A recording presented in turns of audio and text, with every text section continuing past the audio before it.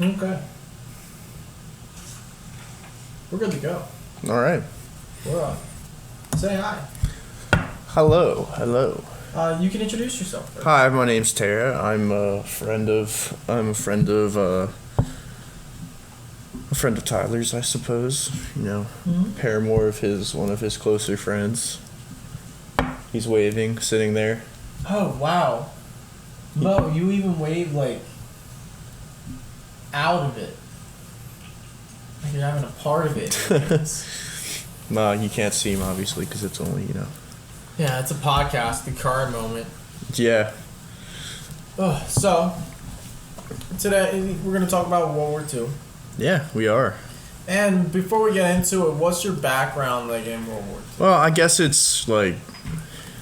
Well, my grandfather served. He was over there. He was born in 1923, so when World War II broke out, he was...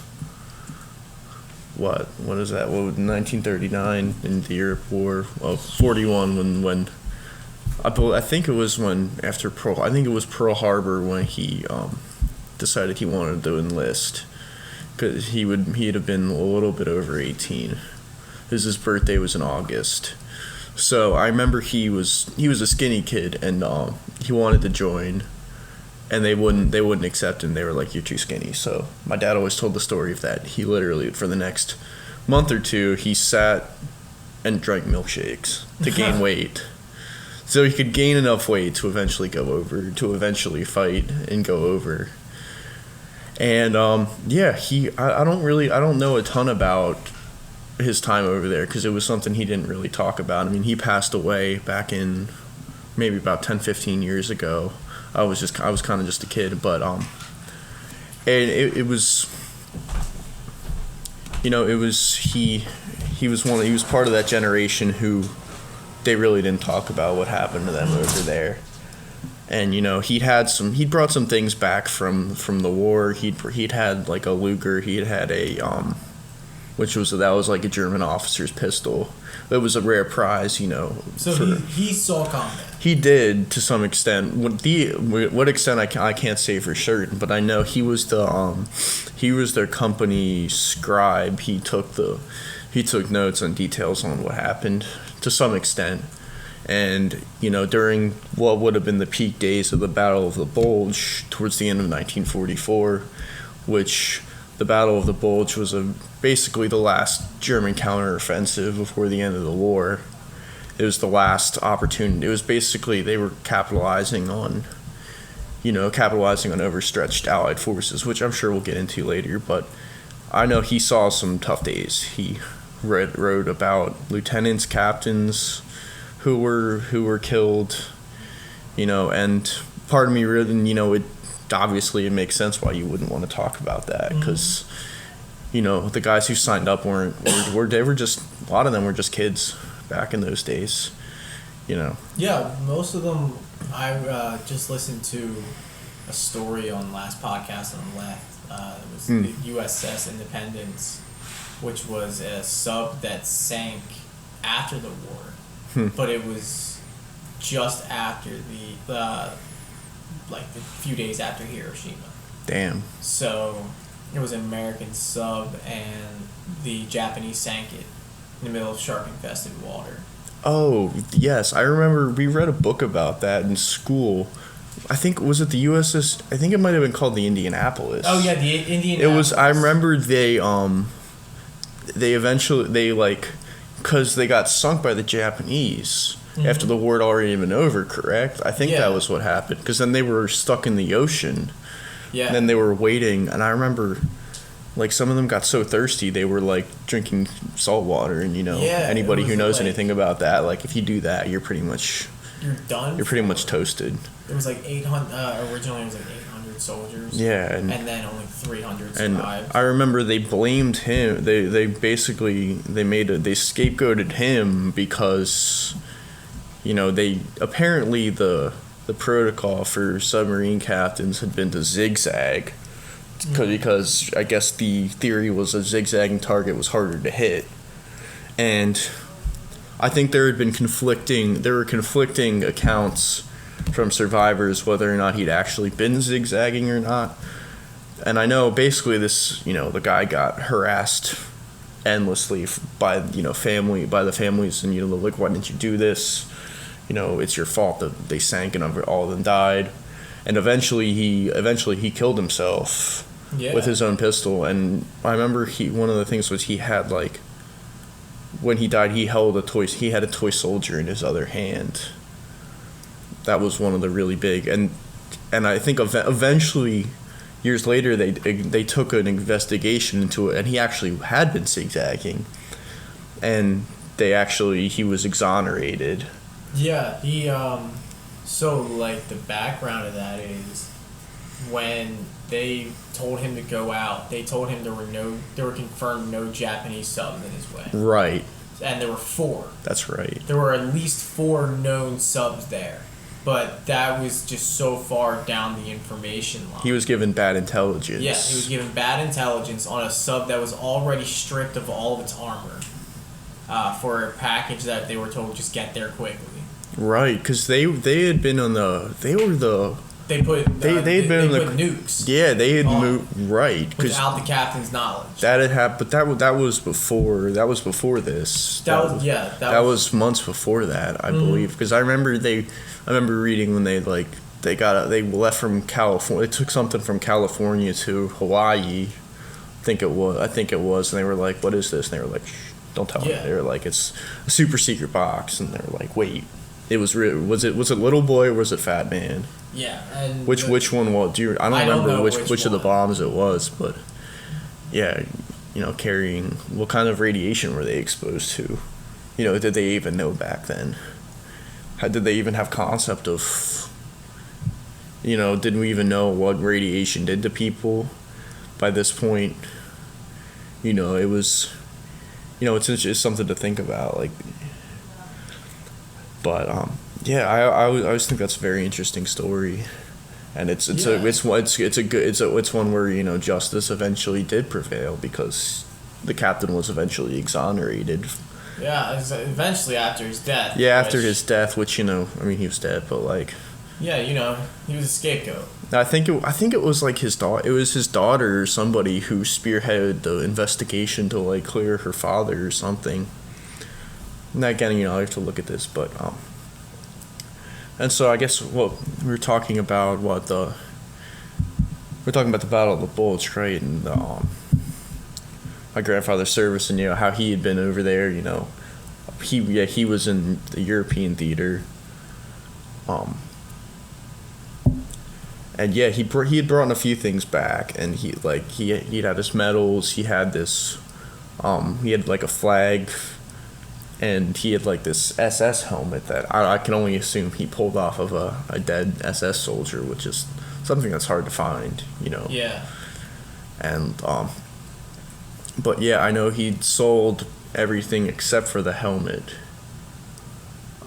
before his death, which he gave to me, which I had for a while, but I sold it to a collector because I wanted it to be viewed in the proper context. Where did you sell it to? It was a collector who lives around near Boston, I guess, who buys a lot of these kind of things. Okay. I ended up getting a decent amount of money, but it was it was a German thing. It was a Nazi SS paraphernalia, Right. It was if it had been an American thing, would I have sold it? Probably not, but I figured it was the last really relic. I'd rather it be preserved and, taken care of rather than collecting dust. Also, I kind of needed money at that point, but it was Do you know where it is now? I'm sure I could figure out where the guy. I'm sure I could go see it if I wanted to. Right. If I wanted to drive all the way up there. Okay. But it was I didn't really feel much of an attachment to that because it was, it was representative of something so terrible. Mm-hmm. So it was something I guess I felt best to. I felt it would best be remembered because I wrote the guy I wrote him a nice page or two about it and everything. So, I feel like that will immortalize it better than it would.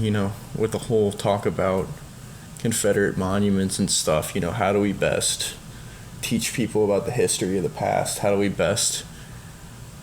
frame these things? I don't know. What do you think? Do you think that taking down monuments to, people who are considered terrible, do you think that's a good thing, or do you think that's a bad thing? That's hard because one, I want to know why those monuments are up, like the actual reason. Absolutely, not like the person is the person. Right. We still have pictures of Hitler in museums. I think if they're in museums, that's fine. Right. Like if we still actively know about Hitler. Right. And we know where we want to go see, if we want to go see like pictures or if we want to go see a statue of him, we know where to go. Exactly. But those, like Alcatraz concentration camp. Right. That's you mean still, Auschwitz? Auschwitz. Yeah, Auschwitz-Birkenau out. It's Auschwitz. Yeah, I'm sorry. It's okay. Auschwitz is still up for you to walk. It is. And that's also a monument. Yeah, it exists as a stark reminder. It's a reminder. So depending on why those monuments stand, I think it depends if they should stand in the public or if they should stand in museums. I don't think we should tear them down. I think we should pick them up, move them to a museum. I agree with that. I do, but I also do see one of the most famous. I mean, the Iraq War was a bad thing, but one of the most famous images from that was them tearing down the statue of Saddam Hussein, who was, regardless of your view in the Iraq War, he was a brutal murderer, brutal dictator, killed his own people, and it's, there is something poetic about tearing down a statue like that symbolizes something that symbolizes oppression. Right. That symbolizes, authoritarianism, that symbolizes, things that are antithetical to liberal democracy. Right. And so I do see I understand that, would say, ideally we should take them down. They should be put in museums to be viewed in their proper context.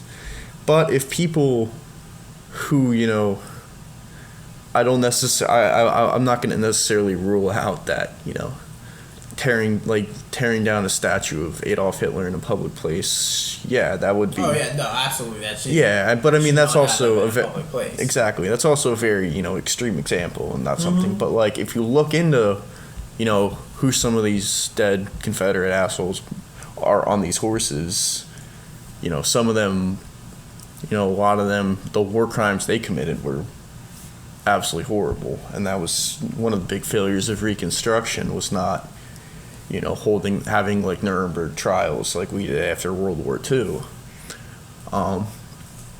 And yeah, that's I think, but no, I do believe we need to view history in its proper context, but I also do understand the want to take the weight down and take the symbol of the oppression and just toss it in the water sometimes. Right. I think, if we're gonna take it in terms of Saddam and that regime and the tearing down of that, I think that is something that if we're gonna do it, it needs to be in the actual heat of the moment. And not something that we've revered as for years as history. Whereas, the Berlin Wall, it was meant to separate us. It was. Saddam's, his statue there was meant as his form of oppression right there. Yeah, it was meant the symbol of his, totalitarian rule on the state. It was meant as I'm always watching you. And that was purposefully done. Right. By Saddam. Whereas some of these statues, a lot of these people don't even know that they're being put up. Right. And it's years later after they're dead or after they're doing stuff like this, at least.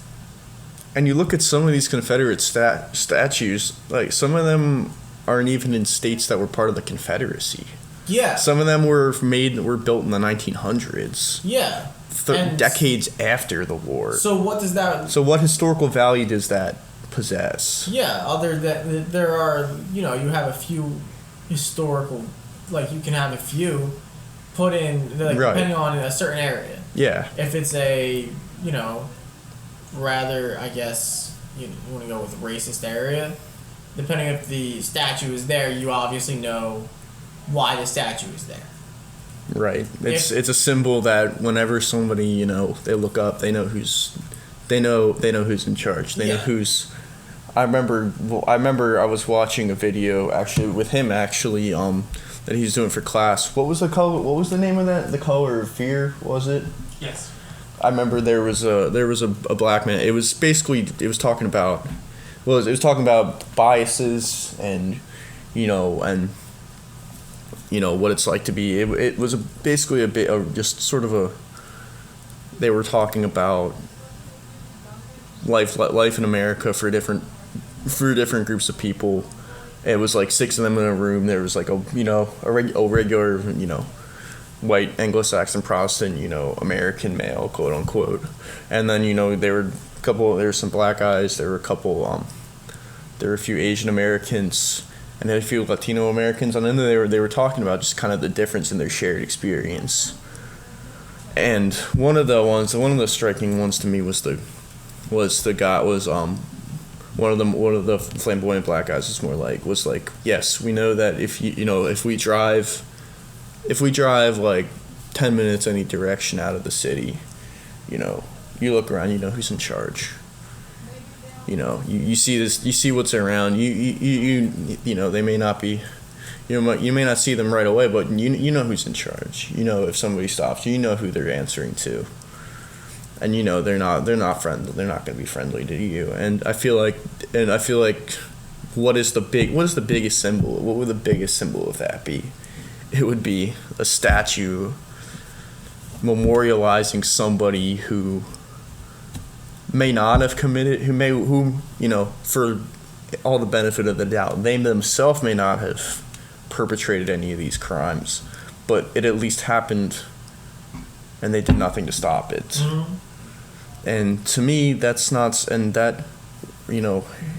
changing history to move that, to not have that statue there. It's a symbol of egalitarianism. Right. Would be removing that, because there were plenty there. And my other point about that is it's removing a place to honor somebody who's worth honoring. Right. Yeah, so like in those areas, I feel like it'd be okay to just take them down. Yes. Like the statues, just take them down, because you know why they're there. Right. They're there out of malice.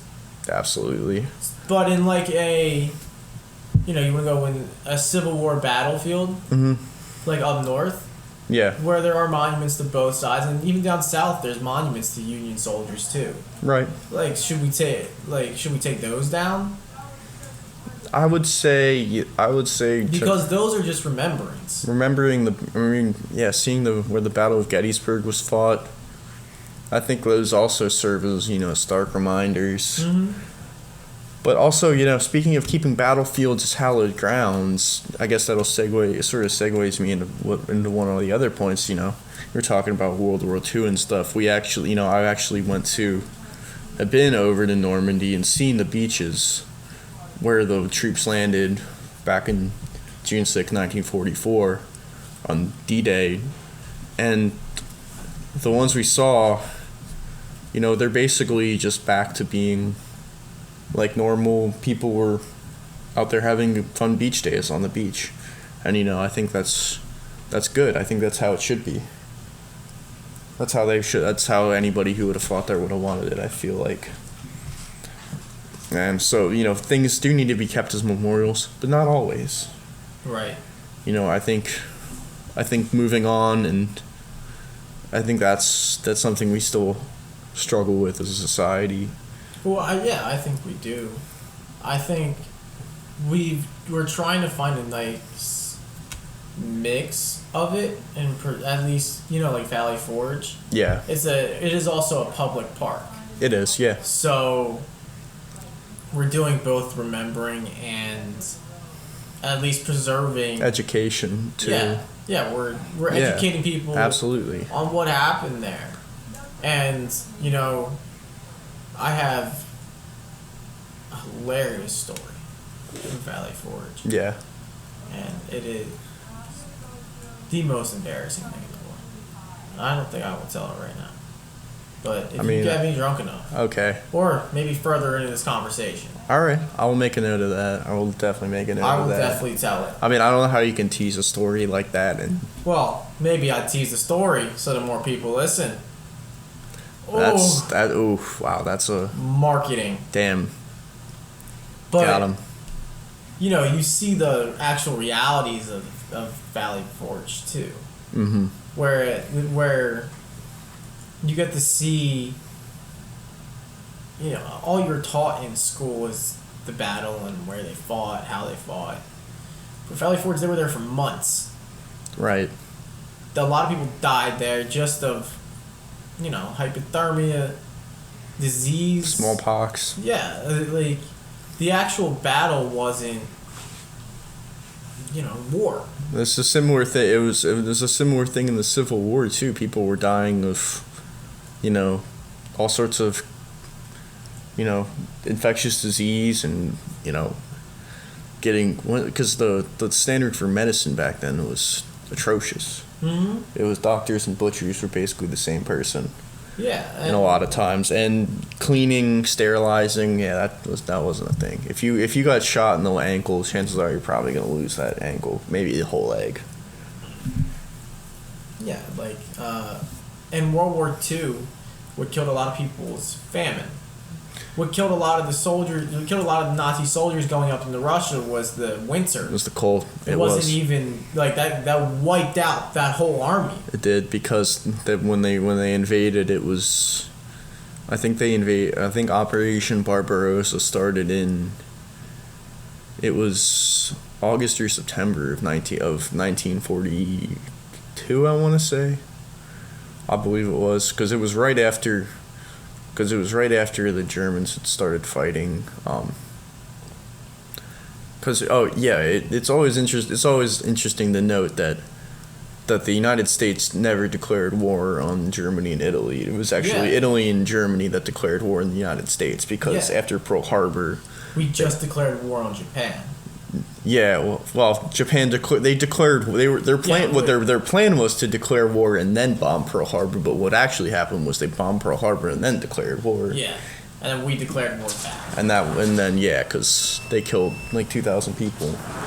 Yeah, no matter what you say, we had to respond. Oh yeah, and they were brutal. They brutalized, what they did to American prisoners in the Philippines. Baton Craigator. We brutalized them right back. We did. We set off some of the strongest weapons of all time right on we them. Did. Ever used in, we literally set off the strongest weapons ever used in war against them. We napalmed them. We napalmed Tokyo.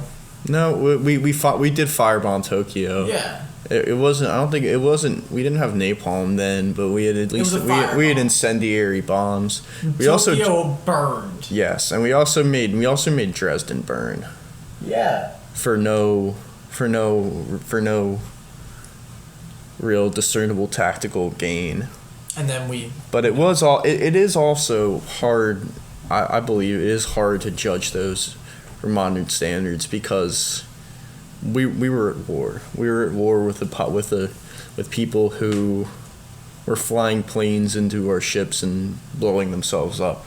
Right, people who, surrender wasn't really in their vocabulary. Right. For some of them, but however, there were apparently, I haven't really read into it, but apparently there was some evidence that was Japan trying to surrender after the United States took Okinawa, after the Soviet Union declared war on Japan. So there were two sides in Japan at the time who were both trying to do the little things there. Right. And it was the one side who never quit, never die, and the other side who was looking at the stats and saying, we're fucked.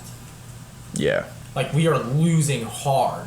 Because the American the blockade of Japan basically bankrupted them. People were like wearing paper clothes and eating grass. Yeah. Well, what a lot of people also don't understand was what really ended the war was that the three Axis powers, they ran out of resources. They had no real source of oil. Germany had a whole fleet of tanks and planes ready to go, but they had no oil to fly them. That's why they had I know by the end when they were encircled, because back when they had some domain over Africa and Norway, I'm sure that was probably where they got most of their oil from. But when the Allies retook Norway in like 1944, then when they cut them off from the Middle East, then they were like, shit, how do we power our tanks and planes? So I guess what they did, something of what they did was, I guess in Romania they had a lot of coal plants that could convert coal into petroleum, which I know they did that a lot, but that only gives you so much. Mm-hmm. And by the end of the war, their logistical issues were getting so bad that it was like, well, they were losing so much by that point. Yeah, the Russians were gaining so much ground per day, but there was still when the surrender happened in 1945, there was still a lot of fighting in the mountains down in Bavaria. Yeah. They were still fighting intense. The German army was massive and very, very powerful and very, it was probably one of the most powerful fighting forces of all time. But it's also that when you have a leader that puritanical and that convinced of you're never gonna they're always gonna be their own downfall. Well, like Hitler was always doomed to be his own downfall. That when everything seems like it's going in their favor, when it seems like nothing can stop them, and it's always something that it will always be something small that dooms them. So Hitler, I think his rise to power and his actual hold to power is so interesting because he was an actual soldier. Like he was Bohemian corporal before the war. Failed art student. Yeah, he wasn't great, but art wasn't really like his. He was terrible. He was bad at it. Yeah, and I think he knew he was bad at it. Yeah. It's just too bad we couldn't have just made him be good at art. We could have avoided that whole entire war. But he was a soldier, and he was a decorated soldier for the at least the German army, and where decorated. He was hit a lot. Back in and he survived from World War I. He was. World War I was brutal. It was, and the end of the Treaty of Versailles at the end of World War I was one of the big causes of World War II. Yeah. Because if you look at it, basically, although it wasn't entirely Germany's fault, the war started. Basically, all the Allied powers were like, "Yeah, we're blaming it all on you," and you got to pay reparations to like France and England and everybody and Russia and everybody. Well, actually, Russia surrendered to the Germans because in 1917 the Bolshevik Revolution happened, so they couldn't really fight the Germans and fight the Bolsheviks, so they just surrendered to the Germans, and they lost the Bolsheviks anyway. No, I think he surrendered to Lenin, because I think Lenin they won the Bolshevik Revolution, and then Lenin was like, yeah, we don't really want to fight you guys, so here, fine, whatever, leave us alone. Look up who won the Bolshevik Revolution. Oh, the Bolshevik Revolution, it was won by the communists. Well, it was won by Lenin and them, but confirmed. I cannot. I don't entirely. I'm not really great on World War I history, but it was basically basically what it gave way. What the Treaty of Versailles gave way to was they blamed Germany Germany printed money, destroyed their economy. They ended up, their currency became so worthless that children were using stacks of currency as building blocks. Bread. No, as building blocks. Yeah. Not even like an entire wheelbarrow of money couldn't even buy a loaf of bread. It was sort of like what happened in Zimbabwe. Like he made everybody in Zimbabwe a billionaire. But, everything costed $1 trillion then. Basically, how I see it is, if Germany wanted to, did you ever play the Batman Arkham games?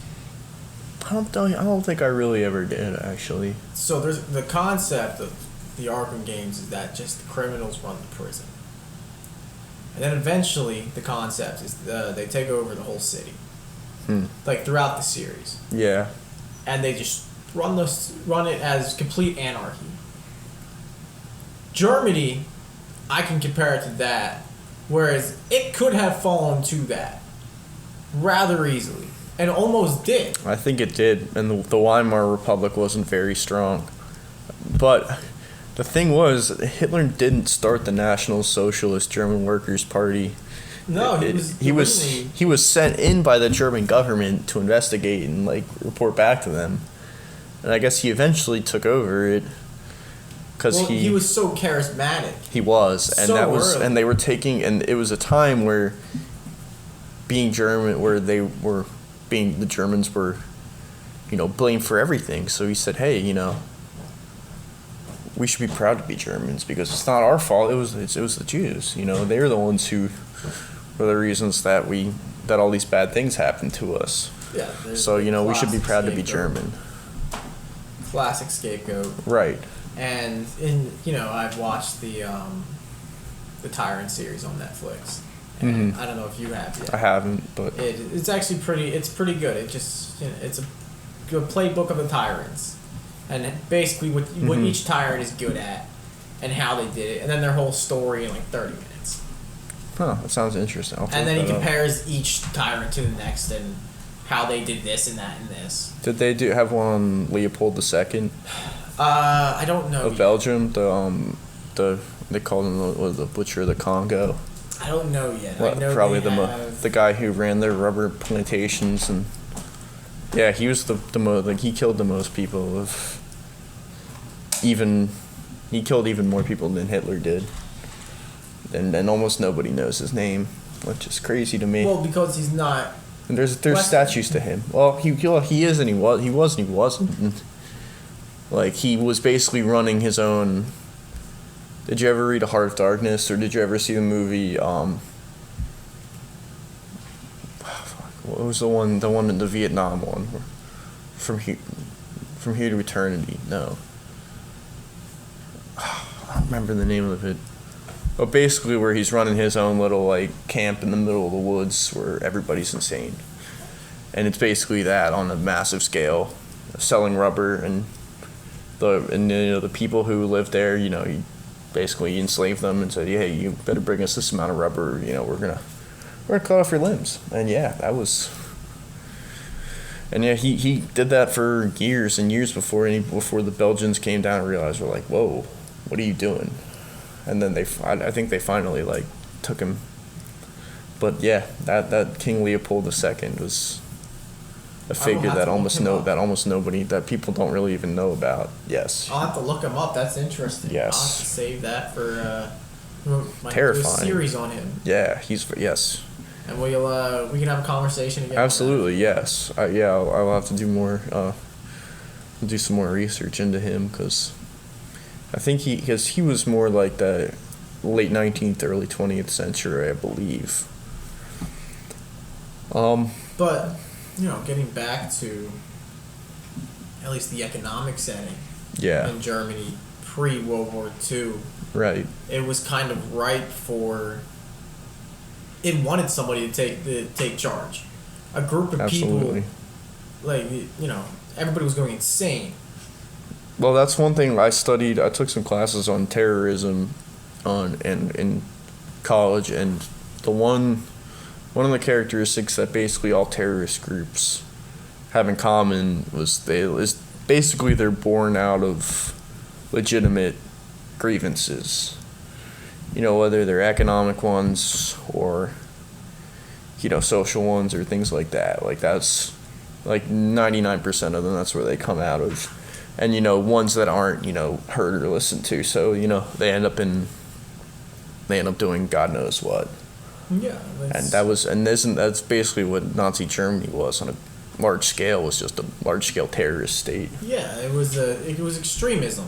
Exactly. And extremism starts with people who are frustrated, who feel like they can't be heard because their individual voices, they're not getting out to the public. They're the ones who can't be, so they start screaming, and eventually other people, they start screaming with you, and then you just goes like that, and then that's exactly what Hitler did. Yeah, and people don't want to be told that they're the ones who have the problem. They want to be told that it's them who are causing the problem. It's not you. You're fine. We're confirming everything you think. That's fine. Don't worry about that. It's all them. And you see that today. It's just nationalism that it comes around every so often, and it has a lot of telltale signs. The scapegoating of people, the, deflection, the whataboutism, the blatant, distortion of the truth, gaslighting, all those things. And it's the signs are always very clear. That was one of the things in German class. We studied the White Rose. We actually did a whole unit on nationalism and what that looks like. The White Rose being one of the student resistance groups to the Nazis during the war, and all the leaders got executed. Can you go into? Do you know the story? I don't know off the top of my head. It's been many years, but I know that they were distributing, anti-war leaflets all over campuses in Germany. And was this was pre-war? No, this was in the 40s, 42 and 43, and I think that they had some friends and connections in the military that they were trying to get to, organize some kind of coup to, depose the Nazi government, but then this being before, Rommel's gambit to, kill Hitler, which I don't know. That's another relatively interesting story, because basically it was towards the end of the war when everybody knew that they were. I think it was the beginning of 45. Basically, they were the Allies landed. They have a foothold. We're done. We're not winning this. The United States is too powerful. The industrial. That was what they couldn't keep up with. That was one of the things that doomed them. Was the ability for the United States to just churn out tanks and planes. Well, because we could at that point. We weren't exhausted by years of war. And we waited and waited until, one side said, "We'll give you more." Well, also, or one side attacked us. That's all we waited for. And also at that point, the U.S. had a weapons edge over Germany that we didn't have earlier in the war. At the very beginning of the war, the U.S. military was tiny. Yeah, we were tiny. We were built just to protect us. Right, and we had our weaponry was, we had the Springfield rifle, which was a bolt action rifle. We used that, which was standard issue in World War I. And we had the Rising submachine gun, which was meh. And then we had the M1A1. And then we had the Tommy gun. So yeah, at the beginning of World War II, we were not equipped to fight the Germans. Oh, no. Because at the beginning of the war, the Germans had, the one edge we never got over them was tanks. The German tanks were always were way more powerful than ours. The one we used the most was the Sherman tank. Was the iconic one. It was very small, had a slope to the front of it. I'm sure you've probably seen what it looks like before. Mm-hmm. But yeah, like that gun, you could shoot straight at one of like the Tiger tanks and boing, would go right off of it. Yeah, I mean the Germans, they had the best engineers in the world. We used their engineers to get to the moon. We did. We absolutely did, and that's something that that people don't want to talk about. But yeah, like we beat the Soviets thanks to the Nazis. More or less. Like we are where we are, technology-wise, because of Nazis. Yes. Mostly. More or less, but that's something through history that has kind of always happened. As horrifying as it sounds. Right, like Project Paperclip. Like we don't do we ask where half of these technological advancements come from? No. Most of it is. Most of it should be war. Yeah, a lot, and it's the mother of innovation. For war. And like I was saying, yeah, though, basically when the Russians were fighting when they were fighting off the Germans. One of the big programs we used to assist them and also the British before we were, actually into the war was the Lend-Lease program. Basically we just gave them a shit ton of American vehicles for payment at some kind of later date, I believe it was. But yeah, we gave them, tanks, not even necessarily tanks, but more like vehicles, guns, munitions, rations, all that kind of things. Because, the Russians were... In the first weeks of Operation Barbarossa, it was something like 1 million people died. It was like I think it was 1 million Russian soldiers died. Well, Russia has always had a knack for just throwing soldiers at you and hoping that their numbers overwhelm you. Well, it was that, and it's always worked. That's sort of what the Japanese do too, and like. Well, the Japanese just don't have those numbers. Yeah, but the Russians, they're not as many as you would think either. But it was also like from years of just purging at the top of the Russian military, nobody in command, like every time Stalin got paranoid, all the people around him dead, killing them. So the top generals weren't very good basically, and the communications were terrible, but for both sides actually, and.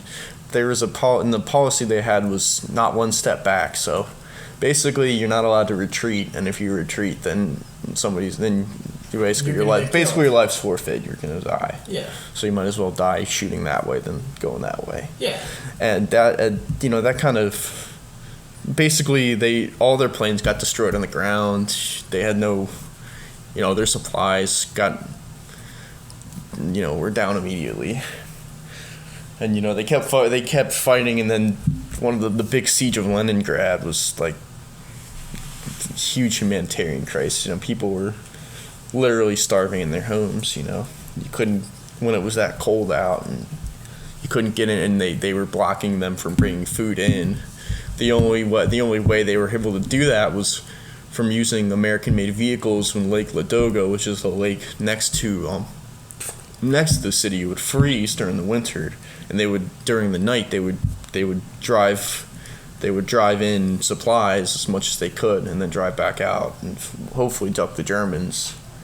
And they did that successfully until the siege broke, which the siege of Leningrad lasted for like 300 some days. Wow. It was insane because at the same time they were fighting Battle of Stalingrad, which I believe that started a little bit. It didn't start at exactly the same time, but that was more of they basically invaded the city. And I think in Leningrad they were like, nah, we don't really want to invade. We're just going to sit here. We're going to shoot shells. We're going to starve you guys out.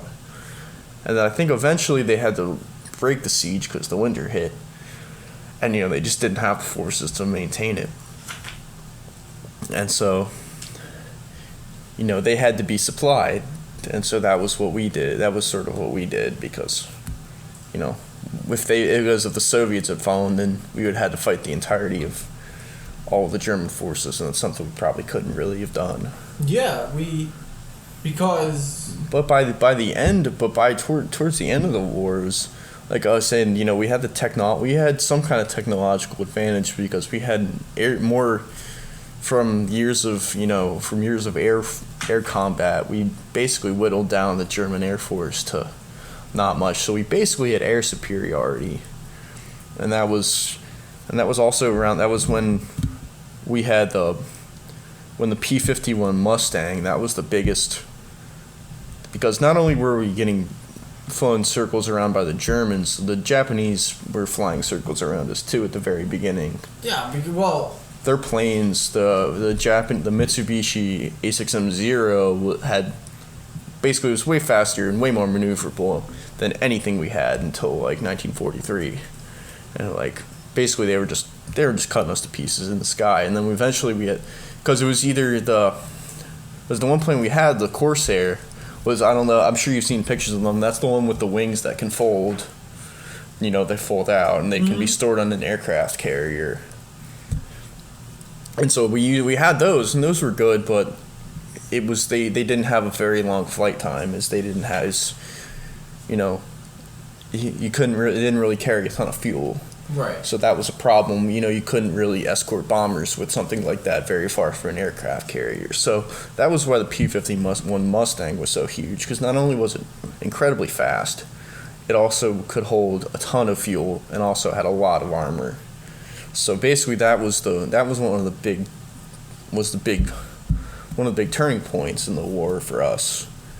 Also, having the M1 Garand versus being the standard issue rather than the Springfield, because the M1 Garand, I'm sure if you've played a World War II video game, it's not the greatest gun, but like you can shoot eight bullets semi-automatically. The bullets eject by themselves, and then all you have to do is to reload it is just stick a clip full of 8 bullets, right, close it up, and start shooting again. And that you save so much time. You can put so many more shots down range versus if you have to go through the whole bolt action. That was another one of the things that really we brought ourselves to levels of firepower that it was hard for them to keep up with at the end of the war. And not only that, the other weapon that really changed our fortunes, it wasn't one of ours actually, it was the Russian T-34 tank, which basically that was basically the only thing that could go toe to toe with any of the German tanks and survive, because it had such strong armor that it could take a shell and keep going, but it actually could hold a gun that was big enough to penetrate the German armor. And basically I think we had that those tanks gave way to some of the biggest tank battles. Like the Battle of Kursk, which was near a Russian town, which I think it featured like 50 to 100,000 tanks. Wow. Something insane like that. 50 to 100,000. It was an insane number of tanks. And they're all just. They were shooting at each other. Yeah. The Battle of Kursk was the loudest battle of all time. Probably.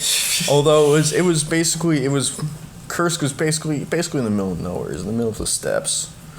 It was on between the Operation Citadel. That's insane. It was basically it was a German offensive, and then followed by it was 3,000 German tanks and 5,000 Russian tanks. Okay, so 8,000. So 8,000, not as many as not 50 to 100,000. Not 50 to 100,000. That would have been insane. That would have been insane. But it was also, the fighting strength on the German side was 780,000 men, and on the Russian side was 1.9 million men, and then 25,000 guns and mortars. So more than double the German soldiers. But at the beginning. So what? At the beginning of the battle, it was at the very beginning of the Soviet counteroffensive. At the beginning of the Soviet counteroffensive phase, it was 2.5 million Russians versus 900,000 Germans. 940,000 Germans, actually. So how long did that battle last? That battle, the first German offensive was, well, it lasted from the 5th of July to the 23rd of August, and it was the first, the German, it was the Germans tried to counterattack after they had lost that. They tried to regain ground after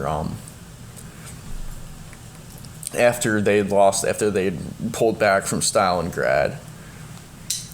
And basically it was, you can see here in this graphic, it was a pincer to cut off a salient in the German lines.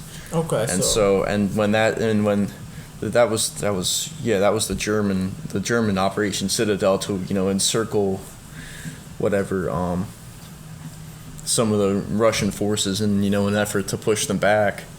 So who won? The Russians did, because the German offensive stalled, and they. Do you know how many people died? Yes, it was wow. So 54,182 on the German side. 54. 250 to 300 tanks and assault guns destroyed. Oh my god. Almost 2,000 damaged. That was in just Operation Citadel. That was just in the offensive alone. And for the Russians, it was 177,000 versus almost 2,000 tanks and assault guns destroyed. 500 to 1,000 aircraft. So the Russians, they lost 2 times the amount of the Germans, but they were still just. That is a pretty big theme of World War II. Was the Russians losing tons of people versus the Russians lost more, the Germans lost everything. And basically the Battle of Kursk happened, it seems, after once the Operation Citadel stalled, the Russians they launched counterattacks, and they against basically the sides of the salient where you can see the arrows. Basically, the Germans pushed, the Russians pushed to the north of where, basically attacking their rear flank and the rest of their lines. We can put that graphic somewhere so people can. It's literally just on Wikipedia. We'll put it on our Instagram. It's literally just Wikipedia. I just think it's interesting because it basically regained the Soviets 2,000 kilometers of their own territory, at the cost of 100,000 men. No, even more. And then it was like 200, and then in the actual battle itself was 254,000 killed, missing, or captured, 600,000 wounded or sick. So 7,000 tanks and assault guns destroyed, 3,000 aircraft, including long-range radiation. It cost them over 1 million men. It cost them. For 2,000 kilometers, they lost 1 million men. Basically, the Germans hoped to weaken their offensive potential, and in the end, they destroyed. In the end, they got destroyed in a lot of ways, but they also captured. They wanted to enslave a lot of the Soviet soldiers to make weapons for themselves. Yeah, they wanted to put them in. And that was camps. Basically what they were already doing too, because a lot of the people in the prison camps were, it was like when you went to the camp, it was like, okay, can we work you to death, or can we just kill you now? And that was literally didn't matter. So, do you know if there was a difference between the prison camps and the concentration camps? Yes. So can you explain those differences? Well, I think they I'm trying to remember, because the only real knowledge I have of this comes from reading the book Night by Elie Wiesel, but I also know that he wasn't a whole way truthful in that telling of the story. But I believe it is some camps doubled as prison camps, and at least had some kind of label, they would sort them and I think some of the camps would send you to a different one, or they would just All right. So for the most part, concentration camps and prison camps are the same thing. Are they?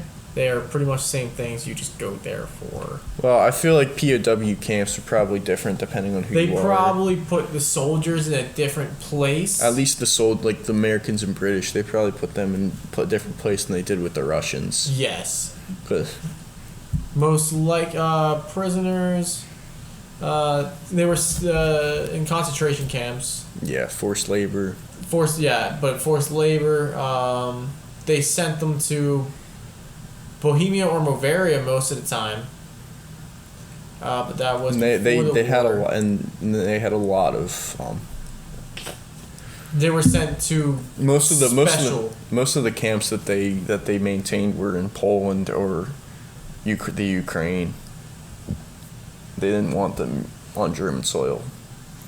So for the most That was part, they were not a common misconception. They did not start doing that.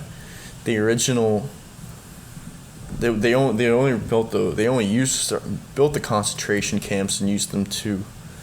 They only used that as a part of what they called the final solution, because what they originally did was they had squads of SS and Germans or whoever soldiers who basically they would just send them around, find Jews, and then kill them and shoot them. Line them up against the wall and just shoot them. And so that started posing logistical problems. And so then they got trucks or made mini gas chambers out of them or something. It was something horrible like that. You can't go around doing that in the public. And I think it took a toll on this. Basically, it took a toll on the soldiers, and then basically they had a meeting of all the Nazis in 1943, and I think they decided they were like, how do we do that? Because they did that. They were doing that all the way through Russia too. They had basically behind the lines of the German soldiers, they had the people there to to get the undesirables out of there. Right. So it was basically, how do we make this feel more like a slaughterhouse, and the prisoners more like cows? They were trying to, instead of humans. They were trying to accomplish a very horrifying goal.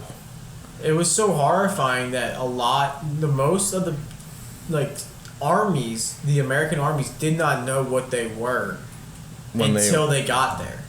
If you go through the Holocaust Museum in Washington, D.C., I've went there. I've been there. You hear the footage of the German soldier, or not, the American soldier, and he's like, we have something here, and he reports back, what is it? And he said, I have no idea. It must be just some kind of cognitive dissonance, and you spend this time, fighting a war. Fighting wars where you're shooting at them and they're shooting at you, and then you come upon these people just completely emaciated and just completely, and it has to just baffle you, because you think wow, how did this? They didn't even look like people. Yeah. If you legitimately, I know it's going to sound terrible, but it looked like you could put them in any horror movie and have them be just their outlook. Yeah. And have them be the villain of the horror movie. Yeah, they were very bad. They're just so emaciated. They're so they just you don't expect to see people like that, or not in context of an immediate disaster. Yeah. And when you do see that, I'm sure. And they've seen malnourishment throughout the whole war. Yeah. But nothing on this scale. Right, and I think that was nothing on the scale. And I know that after it was over, that they did take some of the German civilians around through the camps to actually see, yes, this is what was happening a few miles from you. You were cheering for this. Even if you didn't know, this is what was happening. This happened in your country under your watch. This happened right outside. This happened in your backyard. Yes. It would be like if we discovered like a slave an enslavement camp a few Or miles away in America. Or it'd be like if we discovered, the bodies of hundreds of indigenous children outside of different schools in Canada. Oh wait, we did do that. And that just it shows that the abject darkness, the things that people were capable of. You don't know whether it's. And that's what World War II. World War II brought out the worst in humanity. Yes, it World was. War II brought out quite literally. It brought out concentration camps. It brought out the worst gases up to that point. Well, actually, except for World War One, the gas. World War One was the gas. Well, they considered World War One to be the end of the world, the war to end all wars, which ended up being a false prophet. It ended up being, antithetical because it was, it was absolutely horrifying and devastating, but it was also, I feel like the scale of that was more limited because a lot of that war was pure trench warfare. It was. So it was just artillery and gas and no man's land. Trench foot and you cannot move. Yeah, they didn't. And it was tens of thousands of deaths for 2 miles. Yeah, you pick your head up, you're dead. You stay there, you're dead. You run, you're dead. And sometimes the only option is we just over the top run at them. They can't shoot all of us. And fix your bayonets. Eventually, they do shoot all of you, and then you realize we can't do that either. And then, that conflict left so many killed and maimed and otherwise. That was where the first reports of medics learning about post-traumatic stress disorder came from, because they called it shell shock. Yeah. Because I guess whenever, people would have, terrible nightmares of shelling, because I can only imagine how loud it must have been. Well, imagine you're at a rock concert, right? Right. And you're standing right next to the speaker, and you're just standing there for hours upon hours upon hours upon hours, and all your friends are dying around you, and you're still hearing that for hours upon hours, and you're hearing it for days upon days, and then weeks and weeks on end. And it wasn't all the time either. It was probably you probably had points of most of the day it was probably just eerily quiet, and then you hear the sound, and then you must hear the sound of the gun, and then you think, does that one have my name on it? Yeah, because it could be the next one. It could be the one after. I don't know how do you keep yourself how do you keep yourself sane during something like that? The strangest story for me is the Christmas Story. Oh yeah. With the German soldiers and the Allied soldiers. It was the British, yes. And they played. They had a game of soccer on Christmas. Yeah. But the next day a few hours before that they were shooting at each other. Then a few hours after they were shooting at each other. During this, they realized, wow, we're pretty similar. But then a few hours later, it's also like you look at how World War I came about, and it's incredibly bizarre, and how that it was all because Gavrilo Princip, an anarchist from the Black Hand, shot Franz Ferdinand, Archduke Franz Ferdinand, who leader of Austria. Was he the leader? Yeah, he was. Was he the leader of Austria? I believe he was the Archduke of Austria. I thought he was from. Well, basically. So World War I was basically fought by one family. Was it the? Yeah, was it the? It was fought by the royal family, just with different attachments. It was basically like he was the presumptive heir to the throne of Austria-Hungary, and when he was assassinated, that was his assassination led to, I think it was because it was in Sarajevo, and they led them to invade Serbia. Yes, they invaded. Franz Ferdinand's assassination led to the July Crisis.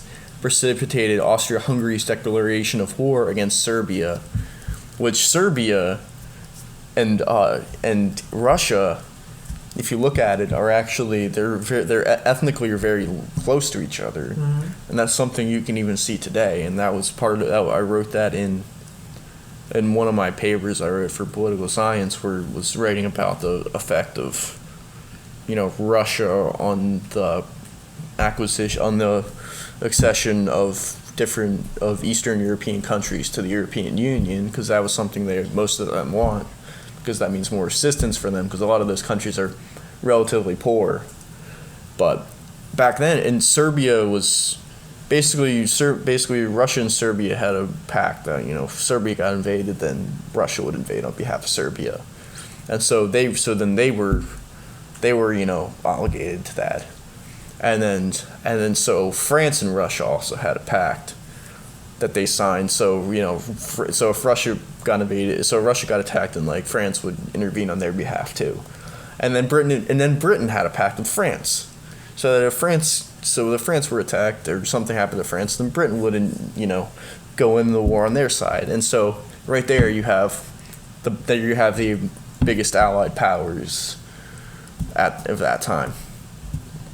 In the First World War, and then I don't know if Germany and Austria-Hungary had a pact already, or if they did before, but I think then basically that precipitated the war. Basically, well, it was basically Germany being like, please join us, begging them, please join us. And there's a story of Hitler and Mussolini. Well, that was years after. That was in order to get him to join the war, Hitler had gone down there to Italy, and no, but in World War One, after World War One, in World War One, it was Italy was actually on the Allies side. Yeah.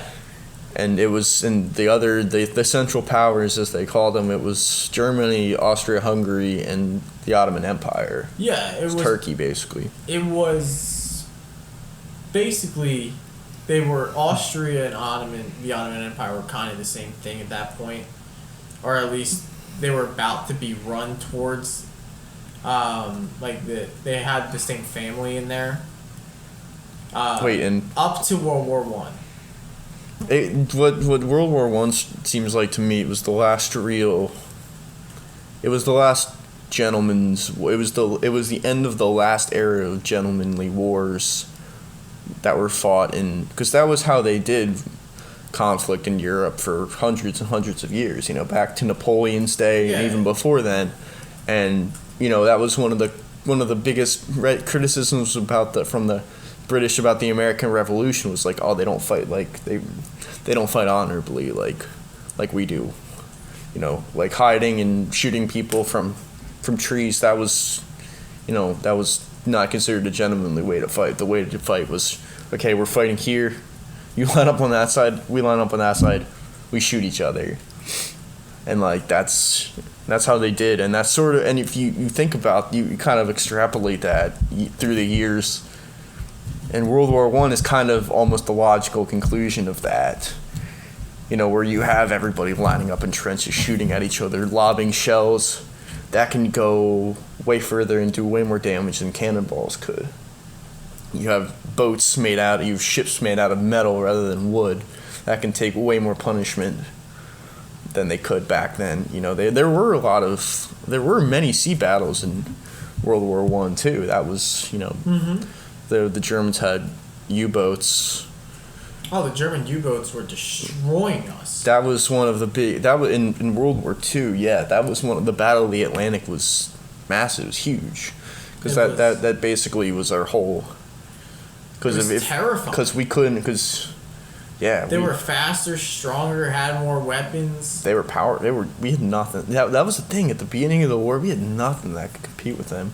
Even though, why didn't the U.S. intervene in World War I? Because we didn't fucking want to. Because that was back during the pre-World War II order of America was, outside of our hemisphere, like, we don't really care. Like, you guys do with policy of non-intervention in a lot of ways, which is, which was thrown completely out during the Cold War, toward the order we have now, which is kind of us with China and China being the wild card. But the World War I brought in so many new features of warfare, like air combat, biplane, air-to-air combat. That didn't exist until World War I started the modern war. It era. did, and it ended the previous war era. Started the modern war era. It was yes. It was because Germany and France they'd fought border wars for years. They've had little conflicts over little provinces, all throughout the 19th century between the Franco-Prussian War. I couldn't really tell you much about them because that was like AP Euro, which was a bunch of years ago. But I know they did fight a lot of wars with each other for various reasons. Well, I mean, if you look through history, it's kind of the last war. Like, legitimately, if you go back through history, you don't find a war that's where in civilizations, at least, both sides don't know what's happening. Where it's like a lot of the battle is known it's gonna happen before the battle is fought. Right, like Battle of Waterloo, lots of those battles, and it was like your odds of winning this fight well beforehand. And then and here in World War I, it was you were bringing so many new wild cards into the mix because when they first brought planes in, they didn't really have guns on them. They didn't have like attached machine guns and shit. Basically, they were like, they had Zeppelins. They were like just, I don't know, throwing bricks out of the planes on the troops below, hoping that it works. Yeah, and then eventually they added machine guns and stuff. And then, I guess I don't know if they had bombers by the end of the First World War, but yeah, they were at least close. And that's why they called it the war to end all wars, because, well, in effect, it kind of was. Mm-hmm. But, I mean, it was the end of all wars, quote unquote, because the next form of war was even more devastating. Yeah. Because what the Second World War brought was the Blitzkrieg, was the Lightning War, which literally translated from German, which, was because the Germans, when they invaded Poland, everybody was expecting a trench warfare. Instead, they just rolled right through with their tanks, because their tanks could cover so much ground that, they didn't really need trenches anymore. And that they served purposes for, entrenching yourself, protecting positions, but they basically, the old ways of, shooting at each other, shooting gas, then lobbing a few shells, and then thousands of guys going over the trench seemed to be over pretty quickly, because frankly they were kind of obsolete with the improvements in vehicles. At least that's my critique, my belief on it, what I think probably makes sense. See that? I think, the only reason that we had to get, if you want to move on, the only reason we had to get into the war was to stop a stalemate. Or at least on most battlefields. Whereas numbers, at that point, they would have shaken it up. Because I know the British were like, they wanted us to come in at the very beginning, and we were like, no. We were like, no. And then it was the sinking of the Lusitania. Yeah. Which was a civilian ship, but it turned out that they actually were carrying munitions and weapons in violation of the treaties. Oh, well, America, we know. Which, there was a public outcry, but, and the Germans were like, hey, like, they were carrying munitions or whatever. We have a right to sink them. And then, so they used that as, I guess, propaganda to get us into the war. And Yeah, we like, did, and, yeah. We were only there. We were only there for 2-3 years. not even a year. Not even 2 years. It was a year-ish. It was like the beginning. We were there much longer than in World War II. We were, and we fought on way more fronts in World War II, because World War II wasn't just Europe. It was Africa. It was Africa. It was North Africa. Yeah, people don't. There was a whole theater of battle, but in Myanmar, Myanmar, Burma, all those old British colonies, because that was in China too. That was one of back, because if you're talking, some historians will say that World War II started in 1931 when the Japanese invaded Manchuria, the northern province of China, and we were backing the Chiang Kai-shek, who was the Chinese nationalist leader, and we were, funding them, giving them weapons and stuff, and they were still getting their asses kicked because our weapons weren't shit at that point, because that was 1940, that was 1930s and early 1940s before we, and I know the British colonial empire they were heavily involved, and they had a lot of their colonial forces involved too. Yeah, those are words you don't. Those are they could even call it the forgotten the British 15th Army. I think they even call them the forgotten 15th. Mm-hmm. I think those wars too were fought a little bit longer. They were brutal. I mean, fighting through the jungle. We saw how horrible that was in Vietnam. Take that back 20 years. Mm-hmm. I mean, it was really. There was a lot. It was a lot of It wasn't just. It was also the last gasp of colonialism in a way. You had the British fighting for their colonies in India and Egypt and Syria and the Middle East. And that was basically where the Italians invaded Ethiopia too in 1933, and it was they were using bombers against dudes on horses and shit. Come on, Italians. You're really invading Ethiopia. What's wrong with you? I mean, yeah, I you can't defend that. Yeah, they're if you look at at least the strategic locations of the Axis powers and even the powers of World War One, mm-hmm.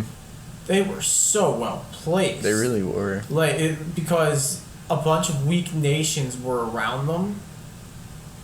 So they could take that and get a ton of land before anybody noticed. Yeah, before anybody could stop them. I mean, they took. Nazis took the Rhine real quick. Well, they already had the Rhine. Well, oh yeah, but they weren't allowed to. They weren't allowed in there. They weren't allowed. Well, they weren't allowed to have troops there until But they that moved was from in, that was the Treaty of Versailles. Nobody did a thing. Because what could they do? And then they and then they just kept moving. They annexed Czechoslovakia, and that was when Neville Chamberlain was like, "We're gonna have peace in our time." And turned out appeasing Hitler wasn't a good idea. And then you had the Anschluss, which was And by that point, by the point the actual fighting started, they were already a nation. They already had The thing was Czechoslovakia. Czechoslovakia, they were ready to fight. They were dug in. They had a strong, and then they basically sold them out. So Japan, very well placed, at least oil wise, in case you do want to attack America. It's still far. I mean, the closest they ever got was a couple of the remote Aleutian Islands, but right. But in terms of, you don't have to go through all of that. You don't have to go through the West anymore. Right. You can go through the East, and you have an ally there. They had no allies in the West besides Italy, and Italy was already surrounded in a blockade. Well, Italy also, their goal, they wanted territory, so like they just wanted they were the one back. they were one of the ones who attacked the British colonies in Africa, and it was them and also the Vichy French, which were the French collaborators, which that was actually where the Americans landed for the very first time in the European theater in like late 1942. It was basically they like landed, and basically like in loudspeakers in French they were like, "We're Americans, don't shoot." And so they all threw down their gun. They were like, "Americans, like, throw down your guns," and that's what they did. They all threw down their guns. I don't think they ended up firing on the Americans, and they ended up joining them. Thank God. Because and it was, people like the southern part of France was actually run by a Vichy government. Was run by, a group of the French collaborators. With the blessing of the Nazis. Mm-hmm. I guess to give them some kind of illusion of, I don't know, whatever, domain over their own shit. I mean, the crazy part about World War II is that they thought World War I would be the war to end all wars. World War II, at least, scared the world for a world. Because we saw what happens in massive open wars. Yeah, like this. We saw the carnage, and we saw I can't help but wonder if the effect of dropping, Fat Man and Little Boy on Hiroshima and Nagasaki was, as horrifying as that was, as big of a crime against humanity as that may have been,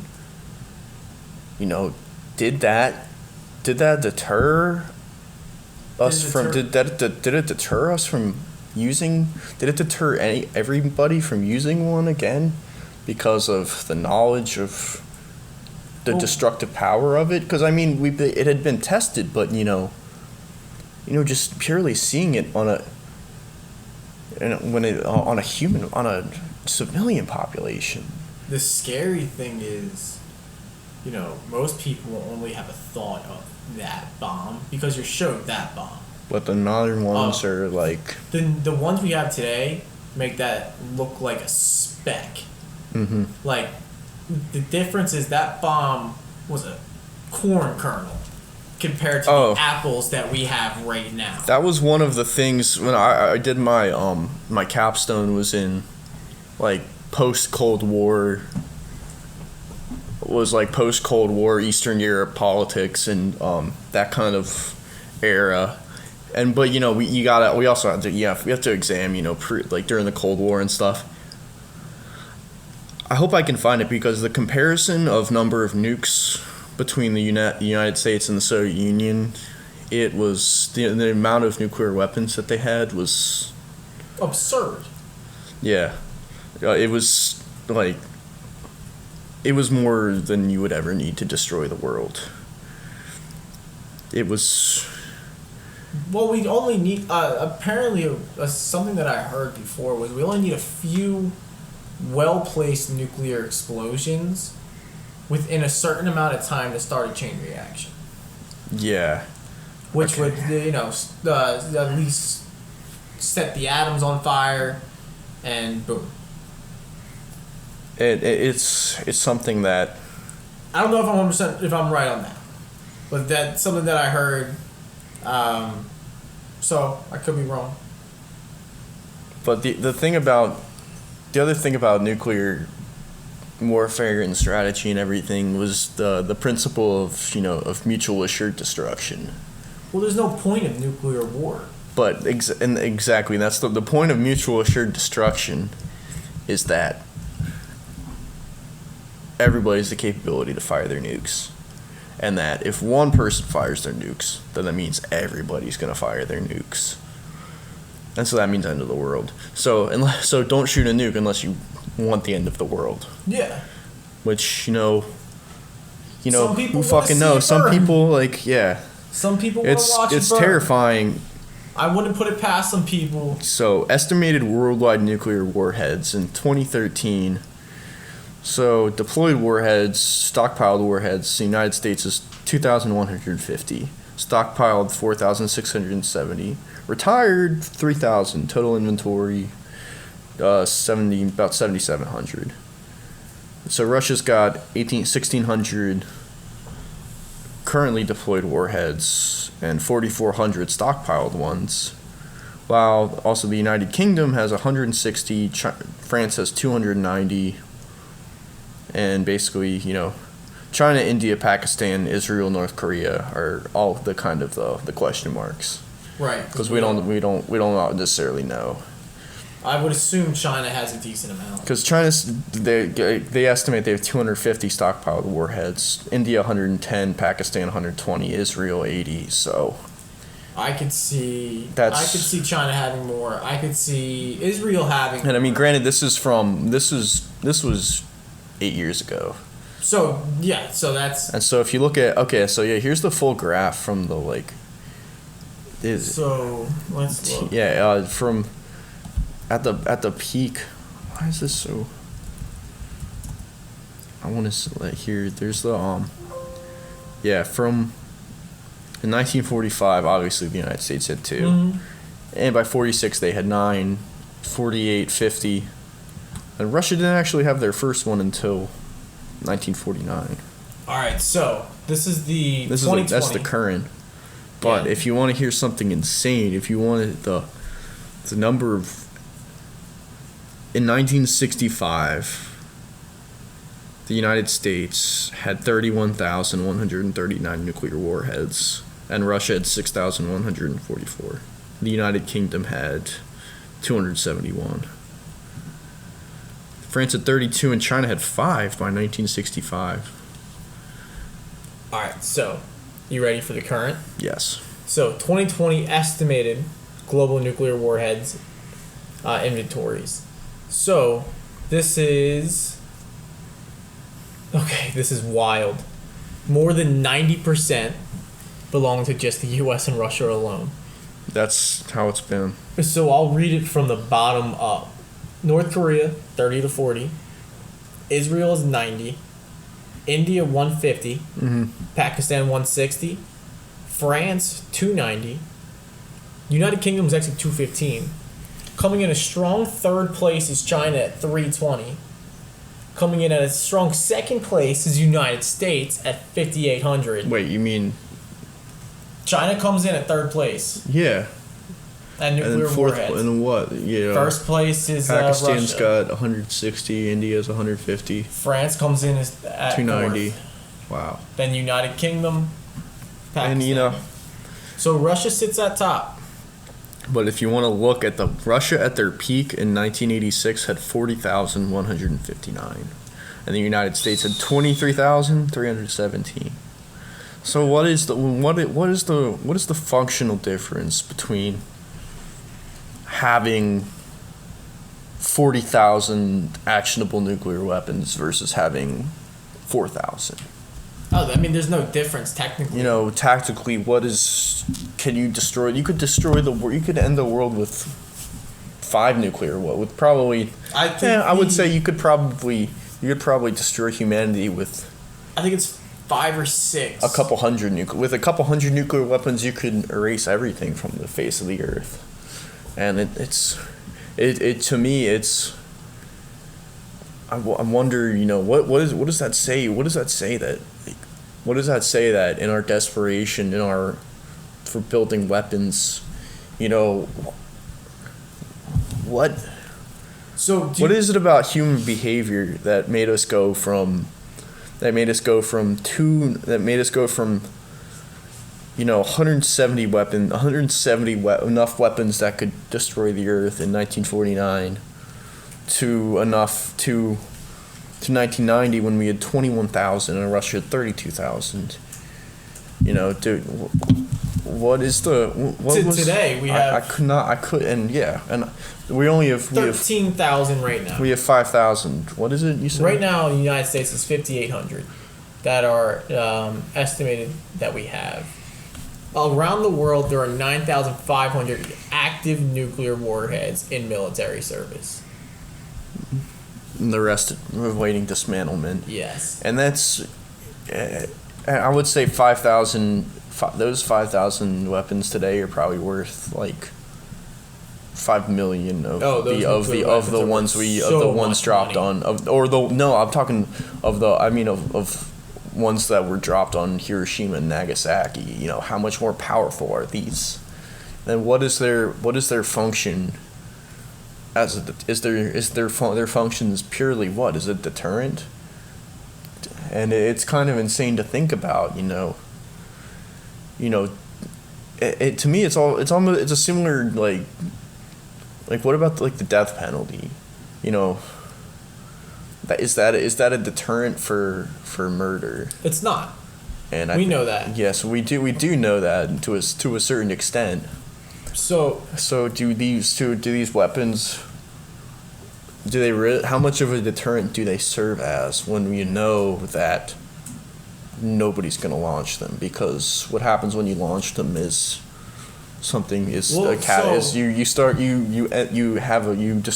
the world. So do you know exactly what's going to happen if we launch them? Because I listened to somebody who he was like has studied it for 30 years, and he told a story about it, and basically, if we launch them all, right?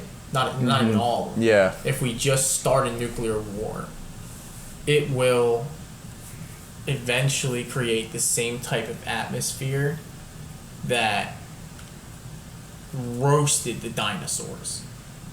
So what happened to the dinosaurs was the asteroid hit in the middle of Mexico, right?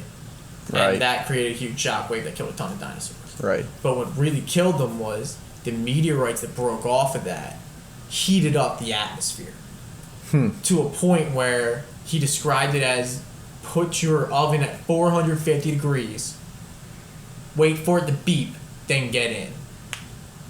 So basically nothing is surviving that. Nothing is surviving. Especially not a cold-blooded creature. Exactly. So everything burned up, and the water itself evaporated to the point where everything that was left had to be at the bottom.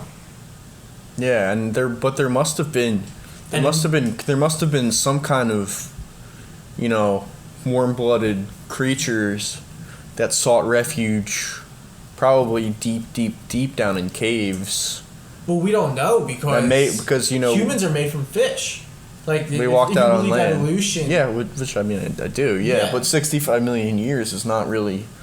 I don't think that's not. Is that enough evolution time to go from a fish to a human, or was there some kind of primitive humanoid creature that was, that lived back then? I don't know.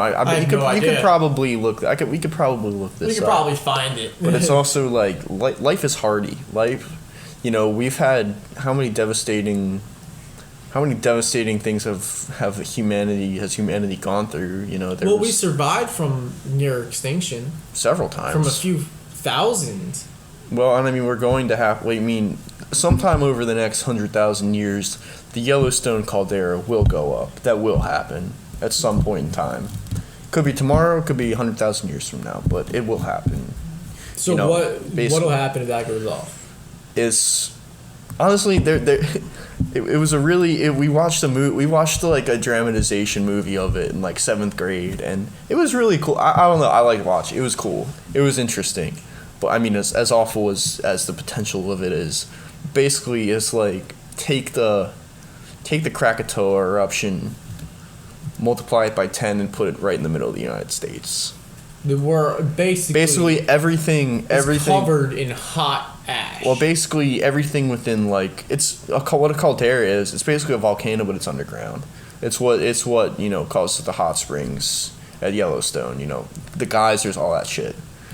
What people don't know is a couple miles underneath the ground is a absolute shit ton of molten rock that someday is eventually going to have the viscosity or whatever to, I guess, explode and come shooting out of the ground and basically roast us. Basically everything from like a couple dozen to 50 miles is going to be just completely Gone. Glassed. That's crazy. Just like every like the same pyroclast. Mount Vesuvius Yes, in Rome. think Mount Vesuvius, but like Bigger and closer to the ground. That's And it's gonna crazy. like pyroclastic flows are just gonna everything, and then within the immediate, and then even like basically you got like rings of destruction. Yeah. And it gets bigger, and basically you can basically guarantee that the entire continental United States is gonna be Close to unlivable. under perpetual night for a matter of years.